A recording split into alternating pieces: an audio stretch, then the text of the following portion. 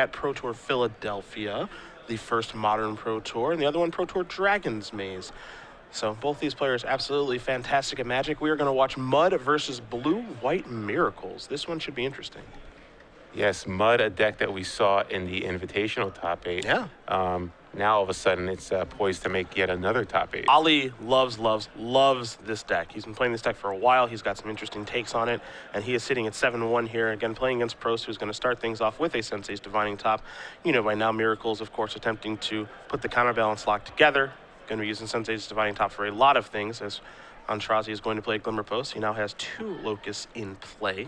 You do see Cloud Post here, and he's going to cast a Trinisphere. So Trinisphere, a very important card out of his deck. Basically makes everything spell cost at least 3.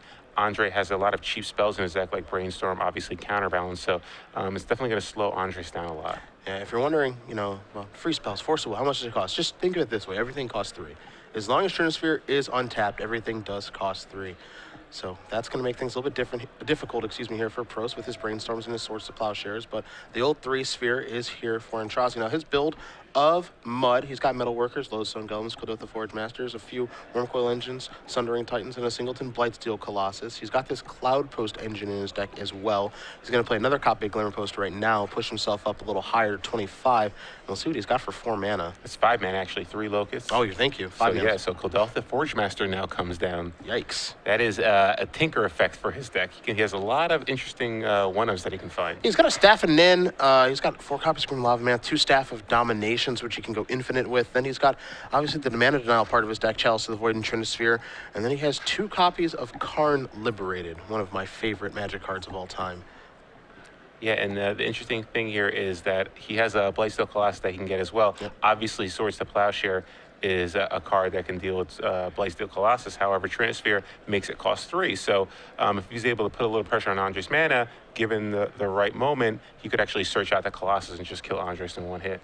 Chances are we're probably going to see his Swords of Plowshares get fired off here in the main phase on the Clodoth Forge Master. At least I wouldn't be surprised. I suppose Prost can wait until Aintrazi deploys a 3rd artifact. But let's say, for example, he was to deploy something like a Darksteel Citadel, things could get a little bit hairy.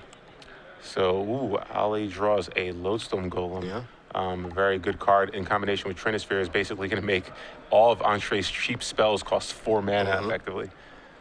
Looks like Ali also has a Wasteland in his hand, so a lot of options for him. A Wasteland, a Vesuva, which will give him another Locust, potentially 6 mana. So yes, he's going to play it, copying one of his Cloud Posts. So now he has access to 6 mana potentially.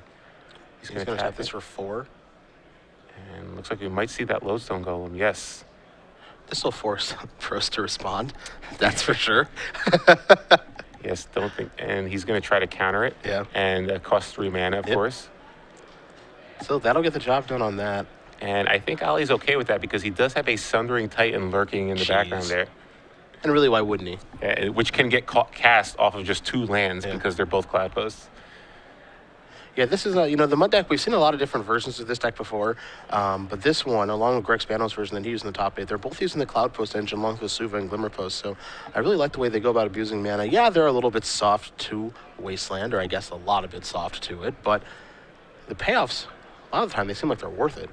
Yeah, so it looks like Ali might just blow out Andrejs right here with the Sundering Titan.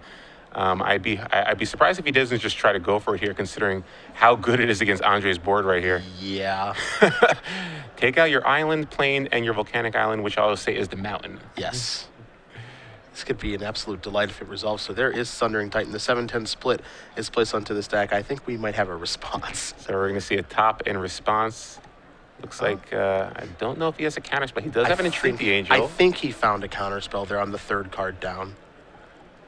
It looks like a Force of Will possibly in there. So Force of Will, even though he can pitch it, he's still going to have to pay 3 for it. So it's imperative that that this is countered. As Prost is going to draw a card with Sensei's Divining Top, he's going to cast Counterspell. Now, the really interesting thing here, Osip, is that, yes, the Titan did get countered, but now it's just like, okay, well, I'm going to attack here for 3, put you down to 13. And the card that was kind of facilitating Prost's game plan was that Sensei's Divining Top. That cost 3 mana to just get on the table. So that actually takes up an entire turn. Yeah, it's actually interesting. If Ali actually used the Wasteland prior to casting Sundering Titan, he would have been able to get it resolved because obviously Andrejs wouldn't have had enough mana to actually pay 3 and top. So might be a slight error there on Ollie's part, but it looks like he's going to do it on Andrejs' upkeep, and Andrejs will respond by tapping the mana and actually casting Source of Pleasure on the Forge Master. So Andrejs doing his best to work here under the Trinisphere. Aintrazi gonna untap. He'll take a draw again. He's got a ton. He's another Sundering Titan. Wow. Well, So okay. this one is definitely resolving. Yeah. So all your stuff's gone, and this game is over. Ali Aintrazi gonna win game number 1 here. Andrejs Prost. Mud up a game over Blue-White Miracles. That Cloud Pulse engine is powerful. Jeez. I don't know why more decks don't play Sundering Titan. Oh, wait, that's right, because most of their lands don't tap for 4 mana. Yeah. Yeah. I mean, obviously, if he's not playing against a deck that has Wastelands in it, he's good to go. And also, here's one thing to consider. We talked about it right at the top. There are a lot of Blue-White Miracles decks right at the top of the standings here. Obviously, Prost playing Blue-White Miracles at 7-1. We saw Jensen and Ramelt playing very slow Blue-White control decks. Mud could be pretty well positioned here, actually. Yeah, obviously, Blood Moon is a card that a lot of Miracles decks play, and they even have Enlightened Tutor to search for it. A lot of builds. We know BBD had that in his build. Joe Lissette also had a Blood Moon in his deck. I don't believe Andrejs has Blood Moon anywhere to be found in his main deck. And in the sideboard, it doesn't look like there's one in there as well. So, yeah, no Wastelands and no Blood Moon, so he can't really hurt Ali's mana in this game. Take a look at the sideboards here. We're going to start with Andrejs. First, the Blue-White Miracles player. He's obviously moving in a lot of cards, as you can see on the screen there in the bottom left-hand corner. Osip, you've got that in front of you. What can he move in and move out here? Yeah, so he's got 1 Path to Exile, 1 Meekstone, 1 Humility, 1 Supreme Verdict, 1 Spell Snare, 1 Spell Pierce, 1 Pithing Needle, 1 Oblivion Ring, an Engineered Explosives, 3 copies of Vendilion Click, a Flusterstorm Counterspell, Disenchant, and a Relic of Progenitus. So a lot of one-ofs, which is kind of what you see a lot of with Miracles. Again, really just needs ways to interact with Ali's creatures. He needs to be able to take Forge Master off the board. He needs to be able to deal with a Metal Worker before he can do something really abusive. So Path to Exile probably coming in. Meekstone, obviously there's a lot of big creatures in Ali's decks. The problem is that once the big creatures enter play, they usually have a really good impact on the board. So preventing them from attacking you multiple times isn't that big a deal, particularly if it's a Blightsteel Colossus. You're going to be dead in 1 hit anyway. So don't think Meekstone's it won't untap. It won't untap, It will not untap. Humility, I see that coming in. Humility is obviously very good against Ali's deck. It makes all his creatures basically just generic 1/1s. Supreme Verdict, I can see that coming into as well, just because, again, it's a way for him to deal with Metalworker. It's a way for him to deal with Lodestone Golem. So I see that coming in. And Spell Pierce, not really that good against Ali's deck because most of his threats are creatures. Although I think the Spell Pierce might just be forced to come in because he doesn't want to lose to cards like Trinisphere, an early Trinisphere, or if he can counter a Grim Monolith. So Spell Pierce is probably coming in just as a concession to those early artifacts. One of the things I actually like about Ali's build to this deck, and we'll get to a sideboard in just a moment, is that you mentioned how good Humility is against his deck. I like that some of his payoffs are actually non-creature spells. Once he gets a bunch of mana, he's got 2 card Liberated, he has a Staff of Nin, he has multiple copies of Staff of Domination. So while Wormcoil Engine, Sundering Titan, and Blightsteel Colossus are oftentimes what he's trying to ramp to, he has some non-creatures that can get the job done. He also has 3 Phyrexian Revokers on the board, a Platinum Empyrean, a Duplicant, a Battered Skull, 3 Ensnaring Bridge, 2 All Is Dust, 2 copies of Spine of Isha, and 2 Ratchet Bombs. One of the things I enjoy whenever I look at a Mud sideboard is what the heck is going on here. This is completely absurd. Just going to like the Mirrodin dollar box from the rares from that set and just throwing some things in there. Where's the Mycosynth Lattice? That's what I want to know. The 2 copies of Spine of a Shot. Yeah, sure. I guess those are going to come in. Like, they play a Vindicate type effect. So yeah, go ahead and bring those in. Revoker stopping top. That could be a thing. I could see the Battered Skull coming in because it's a hard to answer threat. All Is Dust might clean up some nonsense. Like, there's a lot of different ways he can go here, none of which Prost is probably expecting. So, should be entertaining at the very least. Yeah, All Is Dust is a pretty good answer to cards like Counterbalance or Detention Sphere, which could be holding down some mere threats. It also will force Jace the Mind Sculpt to get sacrificed. And again, All Is Dust is 7 mana, so it's unlikely to get countered by a Counterbalance. Boy, that'll be the I'll day. go out on the limb here. Yeah, that'll be the day. I really hope that happens now. Reveal Memnite. Why isn't that card in Ollie's deck? I guess he doesn't have blue mana, so maybe in the next iteration of a deck he likes to call the Pharmacist. Yeah, let's get Memnarch in there. What's going on? Yeah. So those both were the players, days. There was the old Tron deck with Memnarch back then. Yeah. You played that deck then, didn't you? I did. It made top 8 of U.S. Nationals. Yeah, that deck was really, really good. Yeah, that deck was good. So both players are done sideboarding, and they're examining their opening 7. Andrejs, again, lost the first game, so he's going to be on the play this game. Looks like he's okay with his 7. Question is Ali okay with his 7 here? You know, one of the cards I wouldn't be surprised that Ali board out. It looks like he's going to sell, mulligan here is Chalice of the Void. I don't think it's really at its best in this matchup. Chalice, you know, your game plan with Chalice is to set it for 1 against a lot of decks, and the 1-mana spells in Andrejs' deck are obviously pretty good, but I think he can operate even if they're turned off. You know, atop a Brainstorm, a Swords to Plowshares. He's got plenty of things to do that cost more than 1 mana. Yeah, Chalice just doesn't seem very good against Miracles, so I wouldn't be surprised if that's his first card that Ali boarded out.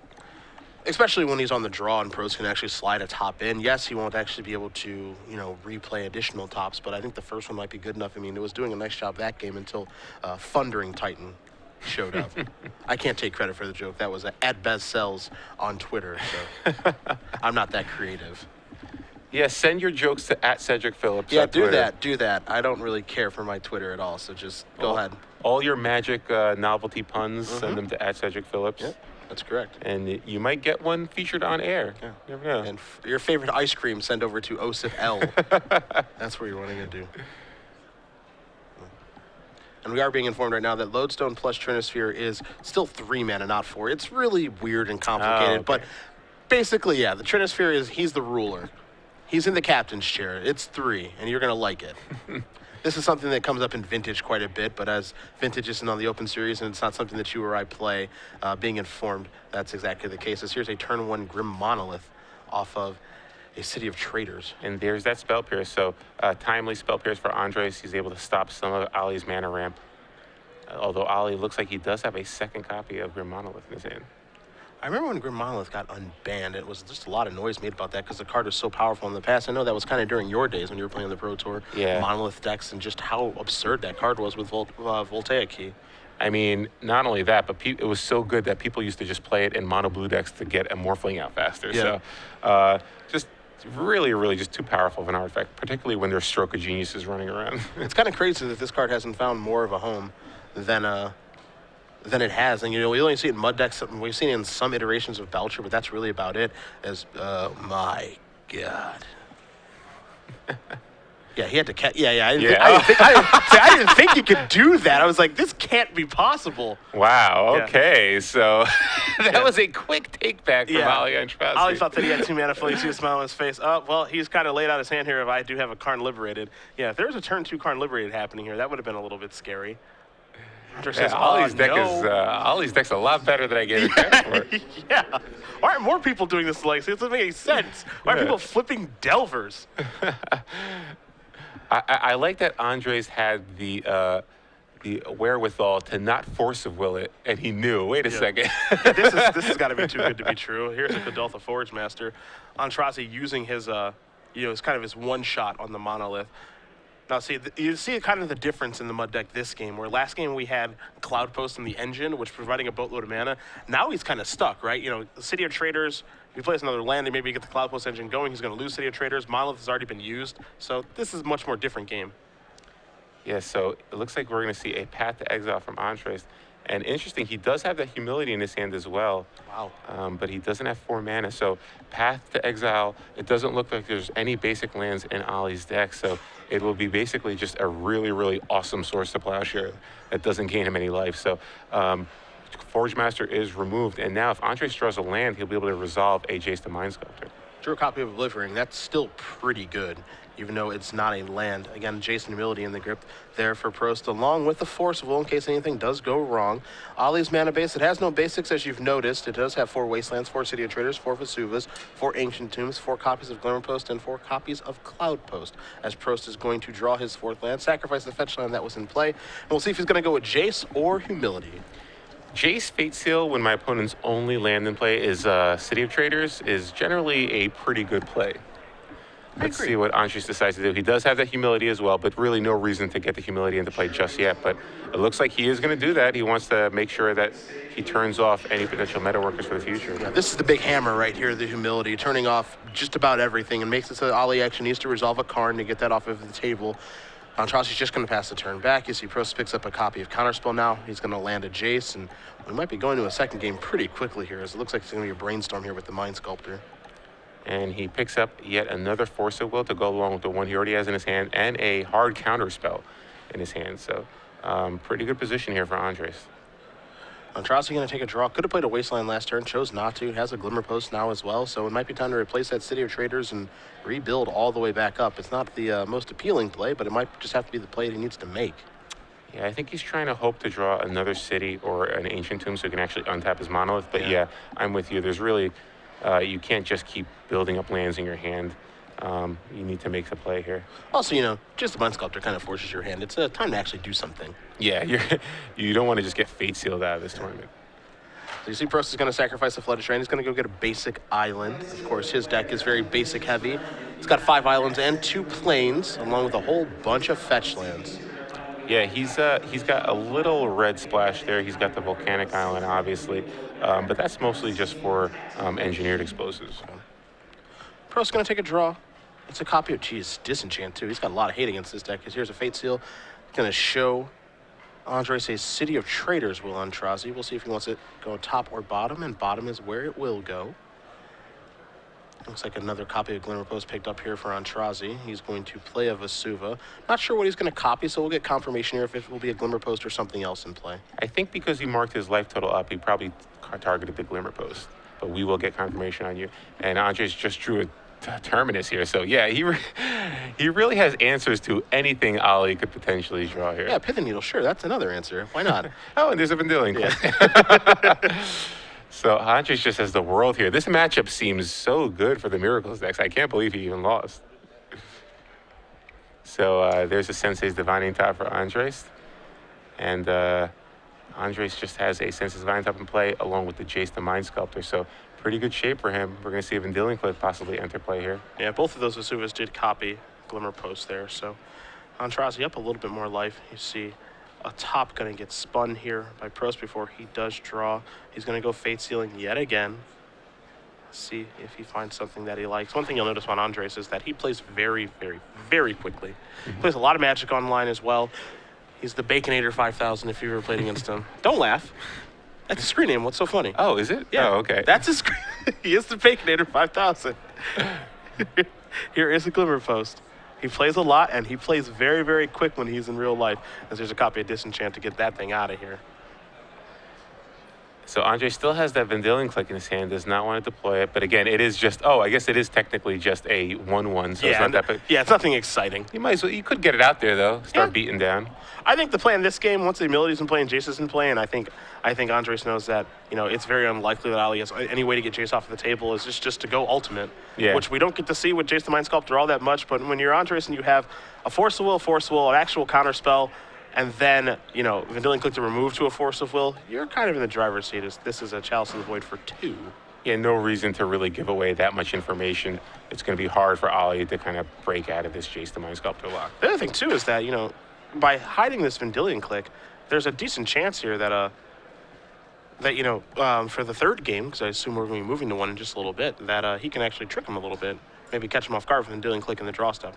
Yeah, so Andrejs allows the Chalice of the Void to resolve because he does have the Oblivion Ring, so he doesn't want to have to waste a counter spell on it. But he ends up drawing Engineered Explosives, so he can play that for 0 and deal with it that way, so conserve a little bit of mana. Yeah, and you can see here why Chalice is just not that good. Obviously, we're in a pretty obscure game, but even if that was kind of set to 1 on turn 1 or something, it's just not really going to do a ton.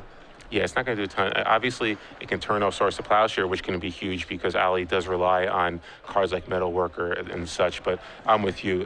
This just seems pretty underpowered in this matchup. A couple of lands here for Prost. Looks like he's going to draw maybe a Seat of the Synod. Don't see that one a lot.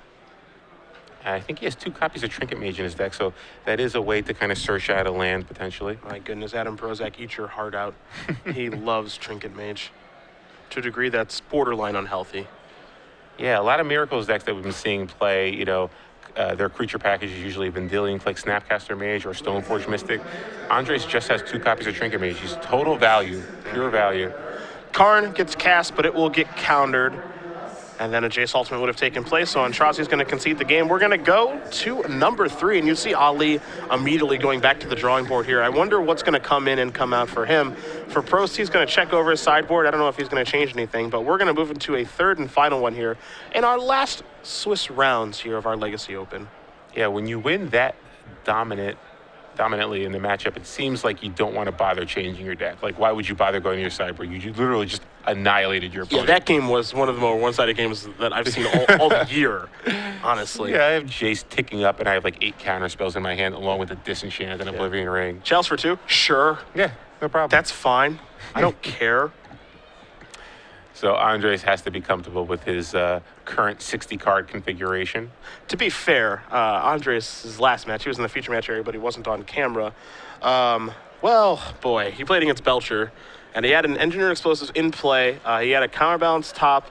He had 2 forcibles and 2 counter spells, and he just put all his cards up. It was a very friendly match between the 2 players. He just put all his cards on the table, and his opponent put all the cards facing on the table. And Andrejs is like, "Are you expecting me to draw 2 cards at top here, or like what are we doing?" You know, like, and he's like, "I don't know, maybe you'll make some egregious error." They just both had their hands around the table. Andrejs had like the answer, obviously, to the Goblins and Engineer Explosive. His opponent top balance locked and like 5 counter spells in his hand. So that one wasn't on camera, but that may have been the most lopsided game I've ever seen. That one hurt too, because my Belcher love. That one kind of hurt a little bit. You were a huge Belcher proponent for a long time. What happened? It was a couple of years ago. Trust me. It was a couple of years ago. It's over. Well, it's hard. A deck like that, you got to have you got to be very brave to play that deck. You're all in, I was just so brave and alive when I was younger. Now I'm just kind of weak and old, and I'm casting Sphinx's Revelations now. I know. What happened to you? You were casting Dreadmanglers like a year ago. You ever cast Sphinx's Revelation before? It is That's fantastic. What happened to me. It is fantastic. It is awesome. Brad Delson said, if I'm casting Sphinx of Revelation in the format, you should probably be casting Sphinx of Revelation. He's not wrong. He is not wrong. If Brad isn't attacking, then neither am I. Even though, you know what, a lot of people don't know this. Going into Grand Prix Cincinnati, as you see these players finishing, sideboarding and shuffling, all the good stuff. We'll come back to this match in just a second. But going into Grand Prix Cincinnati, which Brad lost in the finals to Kyle Bogmees, he had sent me a deck Thursday night. He said, "I think I found it." And I'm just like, okay, I don't know what that means. And he's like, "I have the deck for this tournament." This deck, OSIP, had equipment in it. Do you know what equipment are standard legal? No. Exactly. Not only did it have equipment, it had 3 pieces of equipment in it. 3 Civic Sabers. And I was just like, is this a joke? And he just sent me his deck list. He's like, this deck is really good. And to Brad's credit, that deck probably was pretty good. But then, we fast forward through the weekend in Los Angeles, I'm kind of checking out the coverage that's going on in Cincinnati, and I see that Brad is, 11-1, 12-1, whatever his record is. I'm just like, oh my God. Is he Civic Sabering people? But no, he's Sphinx's Revelationing people. I wish someone would write an article about the 10 worst decks they've ever built. Because I remember I used to have binders just full of deck lists. Like, I would just be in history class just writing deck lists because I didn't really care about history. I'd be writing deck list after deck list after deck list. And if you looked at my binder, there was just the most ridiculous, like, Simian Spirit Guides and, like, the worst decks you've ever seen in your life. And I would love to see Brad write an article about, like, the 10 worst decks that he ever built. I like to see that. I like to see the Jerry T notebook. Oh, yeah. Yeah. Everyone's got it. Every brewer has a notebook that's just, the back pages are just full of brews. Not only that, I feel like every Magic player just has a notebook that when they were in class, be it high school, college, whatever, it's just like, I'm not paying attention. I'm working on my tectonic break deck. Leave me alone.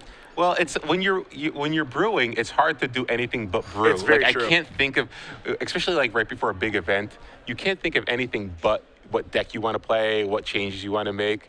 So it's like kind of just consumes you. It's all you think about. Yeah, I definitely know the feeling. Study hall was definitely not spent studying. I can promise you that. Yeah. Just brewing in a notebook over and over and over again. Jerry, I admire Jerry still using the notebook method, even though, he's like in his late 20s. Just like, no, I'm just still notebook and pen. Leave me alone. I am working on a deck. There's no better feeling than brewing up a deck and no worse feeling than actually testing it and finding out it's terrible. Yeah, that's true. That's true. All your hard work has gone to waste. See an Ancient Tomb. I'm going to start things off here for Aintrazi. See if he's got anything sweet to ramp into this game. Prost has to tread carefully, obviously, because there's some explosive things that can happen right away. This is Nared Mesa. He'll pass the turn back over to Ali, who draws a copy of Kodolth the Forge Master. He does have a Trinisphere in his hand. Yeah, so Ali doesn't have the Cloud Post engine going, but he does have enough 2-mana lands to maybe get himself a little mana advantage here. Suva actually going to copy an Ancient Tomb, so this could be a very painful game, even though his life total is not really at risk in this particular matchup.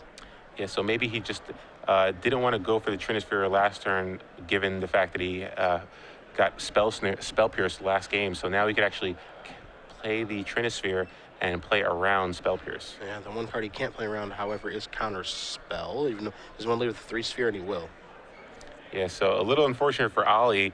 Andrejs didn't have the Spell Pierce last game, so he could have resolved that Trinisphere, and now Andrejs is going to be able to counterspell the Trinisphere, so because he has 2 mana now. So Ali basically just guessed wrong as to which card he had to play around.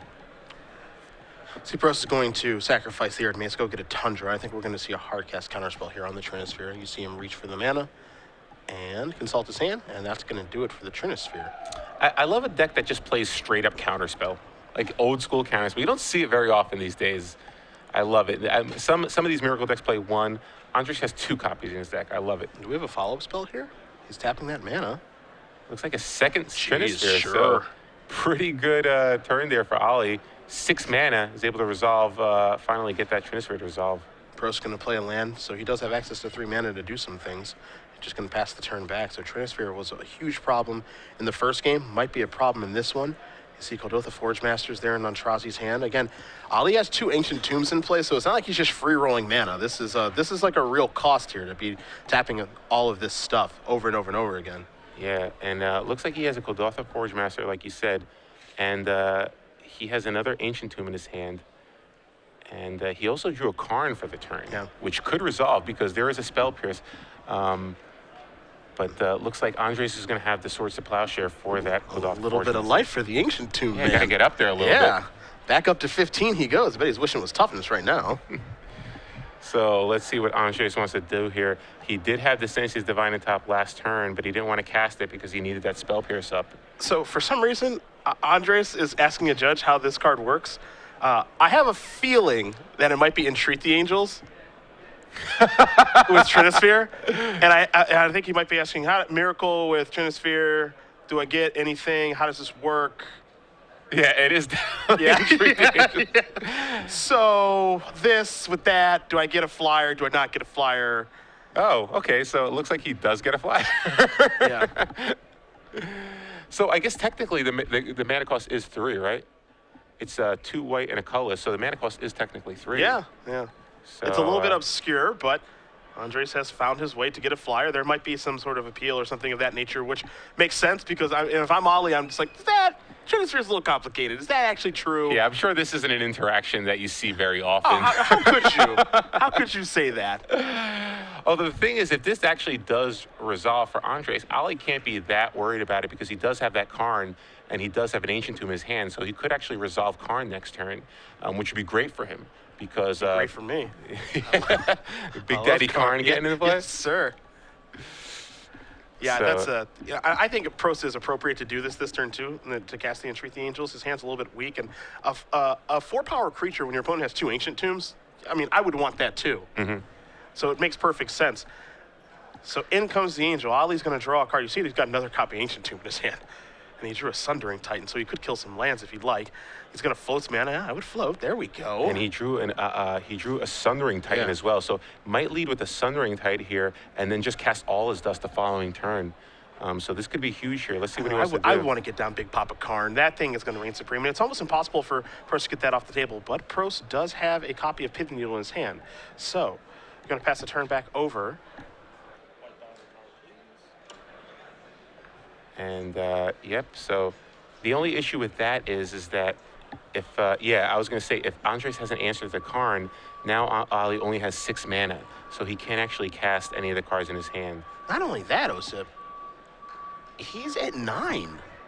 Yeah. There are 3 Ancient Tombs in play. How many spells does he actually get to cast over the rest of this game? It's not very many.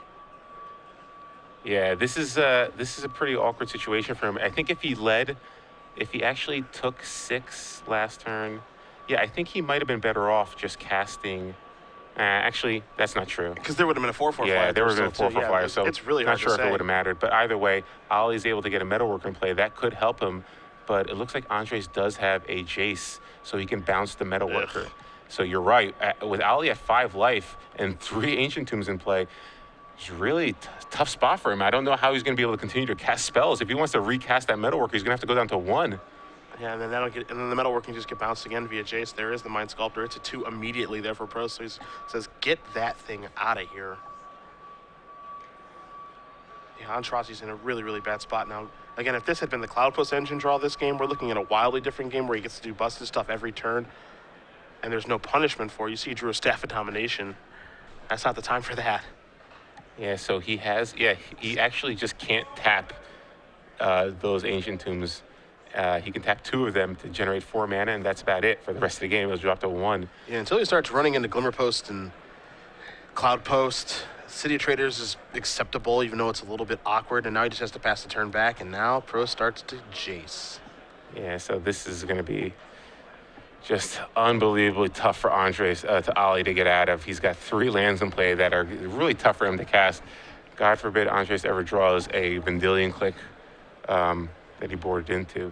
Yeah, that's the other thing, too, is, a lot of the times when you're playing against this deck, you might have some time to draw out of it, but with Aintrazi at 5 life, I mean, he's so low that if a Vendilion Click does show up, that's 2 shots, and, that's basically it.